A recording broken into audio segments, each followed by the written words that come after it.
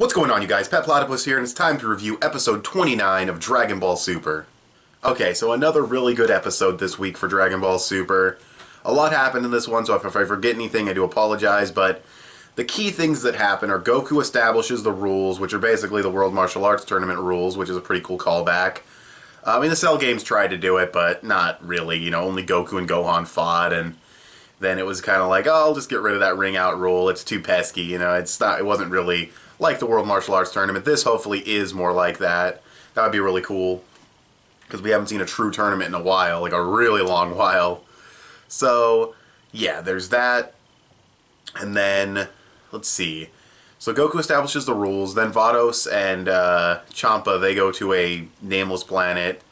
And then, oh, I'm sorry, he named it, the planet with nothing, or some bullshit. And then they build the ring, and they build the atmosphere, or Vados does, because hacks as fuck. I'm sure Whis can do the same thing.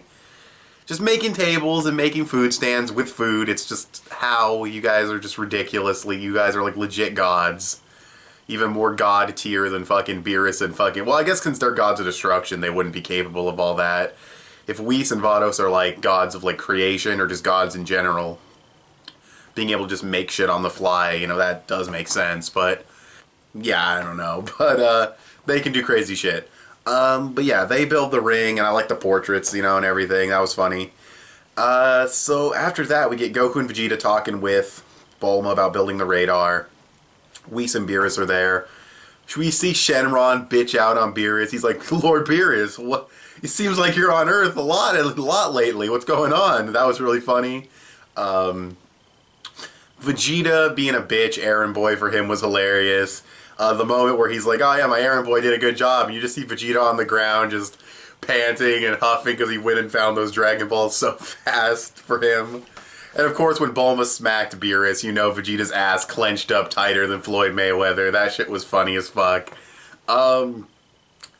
So yeah, if you don't get that boxing reference, it's cool. But if you do get it, you might have laughed. I don't know. So yeah, and of course Bulma just doesn't even know her boundaries. She just smacks him. It's hilarious. And then of course calling Jocko and saying, it's cool if you don't come help. I'll just have Vegeta destroy your headquarters.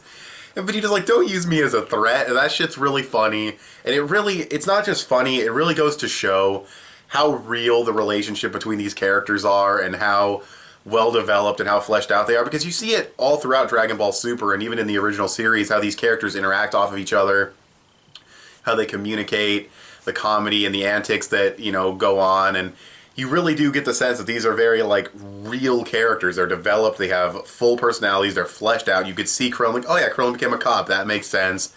Goku has to work on the farm because Chi-Chi's doing this, and Bulma, if you had a friend like Goku, you'd be like, yeah, fuck you, don't fuck with me, my friend Goku will take you out. Like, Bulma did the same thing just now. It's very funny, it's very fleshed out, and they just really do feel like a legit extended family.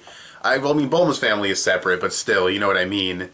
It just feels like this, this big family that they have going on. They've known each other for so many years, and you really feel that. It's just very funny, and it's just a sign of really well-developed characters. But, yeah, so, funny episode, good progression. She builds the Super Dragon Ball radar. She's paranoid about something Beerus said. He could have been joking, because Beerus, if you want to destroy the Earth, he could just destroy it. He doesn't have to, like, wish the Earth away with the fucking Super Dragon Balls, but Bulma's assuming that the Super Dragon Balls exist in both universes. Like, there's a set in the 7th universe and a set in the 6th universe. I don't remember if that's the case in the manga. I don't think it was. Mini spoiler, I think there's one set of the Dragon Balls, but I'm not sure. I, like, held up 2 fingers and then I closed it to make 1. That was... But anyways, I tried to cover it by mistake,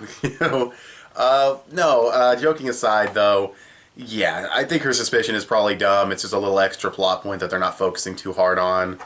But yeah, as far as the technical aspects of this episode go, the animation was, fairly consistent throughout. The art and animation, a couple of shots of Vegeta were a little bit weird, but Vegeta was kind of like ass clenched and bitch faced the whole time because Beerus was around. So that was, that's Vegeta when Beerus is around. He's kind of a bitch. It's very funny though. We haven't had a Vegeta silly moment in a while. So he was very funny in this episode. Shenron was funny. Pretty much all the comedy hit the mark. And yeah, they're just building up the tournament. Oh, we also got hints to hints to, like, not hints, but Beerus was like, yeah, there's a guy I fought that's stronger than you, Goku. And Goku's like, oh, fuck, can I fight him? He's like, no, you can't. It's like, and Goku's like, oh, man. So, yeah. But, no, besides that, you know, that character got hyped up. But yeah, back to the technicals, since I just wanted to establish that real fast. Again, I probably still may be forgetting a couple things because a lot happened. We get reintroduced to Tights, Bulma's sister from Jocko the Gliding Patrolman. It's crazy. So, yeah. What was I saying? Fuck. It's so much in this episode. Like, it wasn't like the fastest pace. There we go. Just get back to the technicals. The pacing wasn't the fastest, but it wasn't like excruciatingly slow either. A lot did happen in the episode, so it's pretty fair. It balances out. So yeah, animation was fine, nothing spectacular, didn't really need to be. It was fine animation, it was fine pacing.